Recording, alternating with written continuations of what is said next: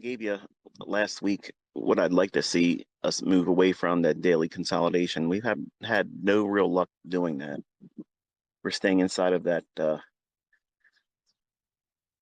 rather frustrating little consolidation and price range. So we have nothing, nothing by the way of high probability. So I took it upon myself after 2 days of trying to get a read on it and said, you know what, I'm just going to disconnect and jump out there in the RV and take the kids down to South Carolina. Then I got down to South Carolina. I figured, you know what? Florida sounds pretty good right now. So I just got myself down here and it's beautiful, really pretty. I got ate up by mutant mosquitoes, but apart from that, it's been wonderful. So I want to talk to you a little bit about, and this will be a brief one today because I have plans this morning with my kids. So that will usually when I say that we go for a long, long, long time. That's not going to be the case today. We are without the wife, and it's a men's retreat for me and my sons. So two of them. So we'll probably go for about 25 minutes, 30 minutes or so. And I'll turn you back to what you were doing.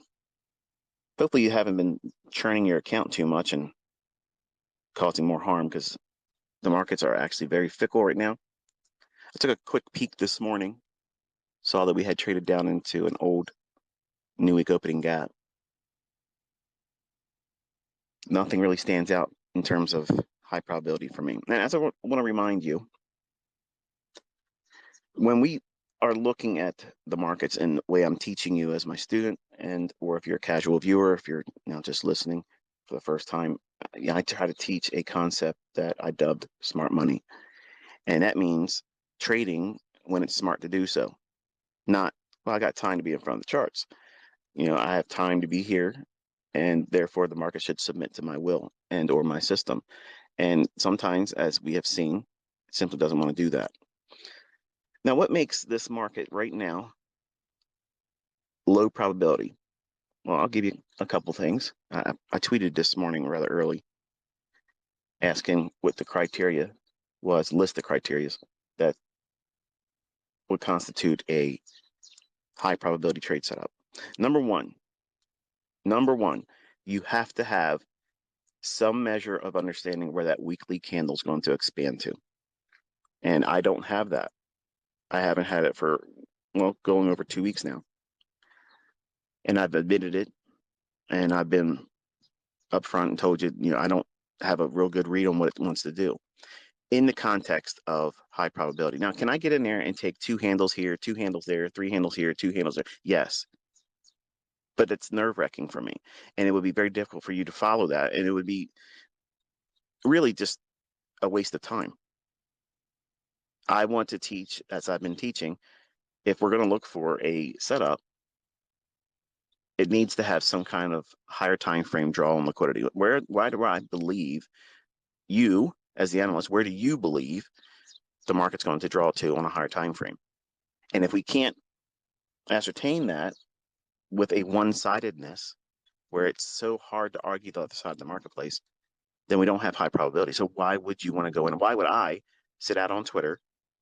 Why would I go on live stream when I admittedly said that I don't have a good read on it right now? So what do I teach and preach? If the market's not giving you something, go do something else. Now, as a young man in 20s, this would drive me nuts, and I'd be in there trying to hammer and try to do more and do more and do more, and I would hurt myself, much like some of you probably have done. I read one of the tweets from, I believe his name on Twitter is ICT student. He tweeted to me saying he lost $40,000. Listen, you have to stop. You have to know when to stop. And I've given rules to know when there's high probability, when there's low probability. And again, I've stated this. I've been away because of that very reason. So pushing the envelope, trying to do more when it's not likely to do so, whether you're in a funded account or not, just it doesn't make any sense. So $40,000 is something that obviously hurts. It pinches, I know. But look at it this way. You bought a car you shouldn't have. Now you're stuck with the payments. There you go. That's the way I looked at it. That might not fit for you. It might not be equivalent, but that's how I looked at it. When I hurt myself and blew account and blew account and blew account, that was very hard for me because I didn't come from money. So you have to do, number one, the rule in this is preserve capital. And you have to have an understanding of when you're likely to hurt yourself by forcing something that isn't there. Forcing something in the charts, like Rorschach, it's that ink blot phenomenon. Put an ink blot in front of two people, they're going to see not the same thing. They're going to see something totally different. And when the markets are in low probability conditions, and this is the part where you write these things down, folks. When low probability conditions exist, everybody's system is going to talk. Everybody's harmonic, everybody's Elliott wave, somebody in GAN is going to have some excuse as to why it's going to go up, supply and demand, ICT order blocks, it's going to be breakers, it's going to be this. They're all going to have something that they want to see in price because that's the perfect excuse for them to push the button because they have no patience to wait for the market to come out of this low probability condition, which I've outlined for you. I told you this is what I want to see. It needs to come out of that range. And if I'm not mistaken, I believe I put it on Twitter. I think it was a short little video on Twitter. If it isn't, I know it's on my YouTube channel. One or the other. It was something I talked about audibly. And I showed the chart and said, this is what we're looking for. It needs to come out of that range. Until it does, we're in a very small intraday scalping scenario. So it's a scalper's market, but it's such a small little range. If we're forced to do a scalp, going back to that criteria that makes a trade high probability, number one, I don't have, maybe you have had, but I don't have a clear indication of where that weekly candle is going to expand up to or down to, because it could do either one. And because it can do either one, I have to wait. I'm not out here trying to show you I'm a jack of all trades in every single market condition every single day. I'm teaching you how to follow a model. I'm teaching you also how to look for high probability. And when it indicates to me that the market's simply not trying to do what I would require of it for the model I'm teaching you and the models that I teach my other students, I have to sit still. And there's nothing wrong with that. That's not weakness. That's an advantage, because there are people out there that I'm quite certain, one of my students admitted it on Twitter to me, and you can see it. He tweeted right directly to me, said he lost $40,000 this month. And I'm not trying to make light of it or make fun of it, but that's the reality of this. If you don't know what you're doing and you can't control yourself, become impulsive and you push, try pushing a boulder up a mountain. That's the equivalent of what you're trying to do right now. Take a step back. You might be seeing people out there getting lucky. I promise you, folks, if they continue to do this kind of stuff, the market will shred them. Anybody can get lucky. And I got lucky for months when I first started. And then the inevitable came. So don't look at, well, I might get lucky during this because I don't have the time, the benefit of time, because the sands of time in my hourglass are ticking down because I have to do a funded account challenge. I have to get to funded status. I have to do this, I have to do that. But those grains of sand, you ever watch an hourglass empty out? When it first starts, it's like, man, this thing's going to take forever. And then as it gets halfway down, you're like, oh, well, I got to go back and wait that same amount of time for the remaining half of sand to drain down to the bottom of the hourglass. It seems like it goes forever. And then you get down to that last tiny little 1/5 or 1/8 of the volume of sand, and it seems to go real, real fast, kind of like old age.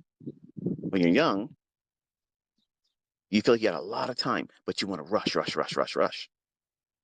Me at 50 years old, getting ready to turn 51, I look at it now as I don't have a lot more time on the other end, and I want to go real, real, real slow. I want things to slow down. That's what you want to do in your trading. I didn't see that as a young man. I wanted fast and furious, turbocharged, always, full steam ahead, and it couldn't get there fast enough for me. Now, because I've hurt myself over the years, I've learned that lesson painfully, and one of my students has just now paid $40,000 for that lesson. You don't need to do that to learn it. Sitting still is a skill set. because capital preservation is the #1 rule in speculation. Because if you can't follow that rule, it doesn't matter how good your system is. It doesn't matter how good your mentor is. It doesn't matter how many competitions you won, how many trophies you got, how many people like your posts, how many people follow you on YouTube. It does not matter. All of that will not help you if you cannot control and keep your money. You have to have that rule set. And by me teaching and preaching and doing it, when I have nothing to act on, I have to sit still. In truest form, paid students of mine would fade my analysis and then complain how it didn't work for them. My analysis would work, theirs didn't. They're saying the concepts don't work. That's a personality flaw. Pushing in this environment, pyramiding in this environment. Stupid. Stupid, stupid, stupid. Don't do that. You're not in a low resistance liquidity run condition. You're not in a market that wants to get somewhere real quick. Think about this for a second, folks. All of these things that are going on around the world, we have war, several wars on the horizon. We have multiple bank collapses and closures, and more on the horizon. Central bank digital currencies are looming. All of you got good credit, you want to buy a house, congratulations, and you have to pay more for someone that doesn't have it. Does that make sense to you? Like, we are in the upside down right now, and you're all trying to put blinders on, ignoring that everything is getting tore up with chaos. So the markets are sitting still. They're not in a climate where big money is in there trying to do anything. Because if they were, it would be moving around. It will not stay like this long. Now, 2 weeks may be a lifetime for some of you. I understand. I was there too when I was a young man. I was thinking to myself, man, this is going to go on for years. No, it doesn't. The market, I think it was Paul Tudor Jones in Reminiscence of a Stock Operator.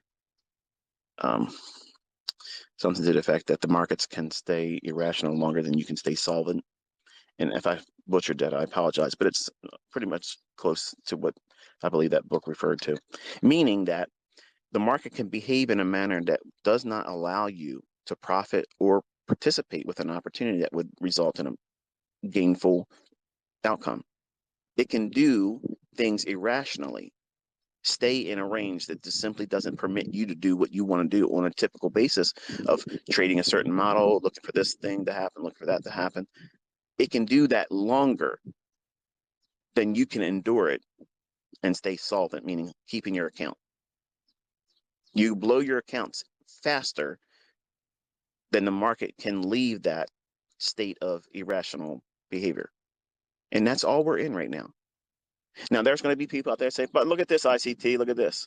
I did this, I did that. You're supposed to be the world-class leader in trading, blah, blah, blah, blah, blah. Listen, man, I looked like a superstar when I first started. And I had no skill. It was all luck. Luck, luck, luck. People get lucky all the time. They win the lottery. But you keep pushing this environment, trying to demand things from it that it's not likely to deliver to you. It's going to bite you.